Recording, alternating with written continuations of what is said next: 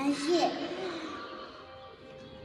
Қажымхан атамыз сияқты 8 қырлы, бір сырлы азамат болмышсын, қандай қасиеттерді үйренуіміз керек?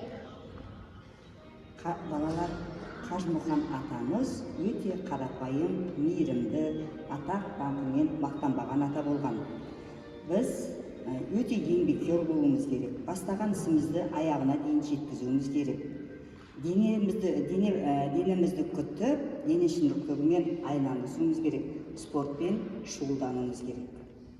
Қажымхан атамыздың темірді түйіндейтін, немесе тасты көтеретін оқиғаларды айтып беріңізші. Жарайды, балалар. Атамыз өте еңбекқор адам болған. Күн сайын денесін шынықтырған, ауыр тастарды, күшті темірлерді иіп, адамдарды таң қалдырған. Тіпті бірнеше адамның күші жетпейтін ауыр тастарды бір өзі көтеріп, бүкіл елімізді таң қалдырған ата болған. Әже, Қажымхан атамыздың бойымен де күшімен де бөлек мінезі қандай болған екен? Қажымхан атамыздың бойы шамамен 190-195 сантиметр болған. Атамыз өте ірі, жауыны қақпақтай кісі болған. Ол кісінің дене бітімінен де бөлек мінезі өте жайдарлы, қарапайым кісі болған. Әже, Қажымхан атамыздың имандылығы мен батырлығы қалай ұштасқан екен? Қажымхан атамыз алып күштің иесі, әлем ареналарын бағындырған атақты балуан ел арасында қайырымдылық үшін күрес өткізіп, жинаған қаржысын түгелдей майданға қажетіне жұмсаған.